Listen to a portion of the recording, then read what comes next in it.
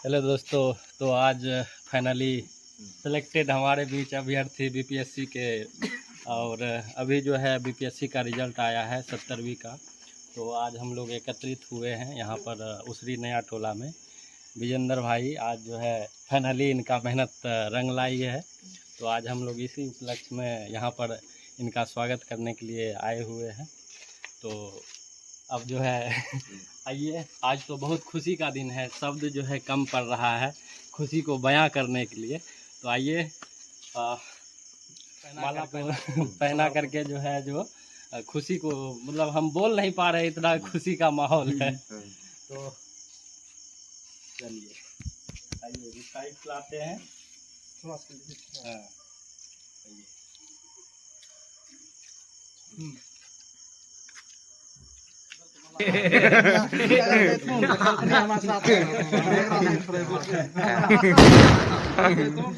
गाड़ी पर रखबो।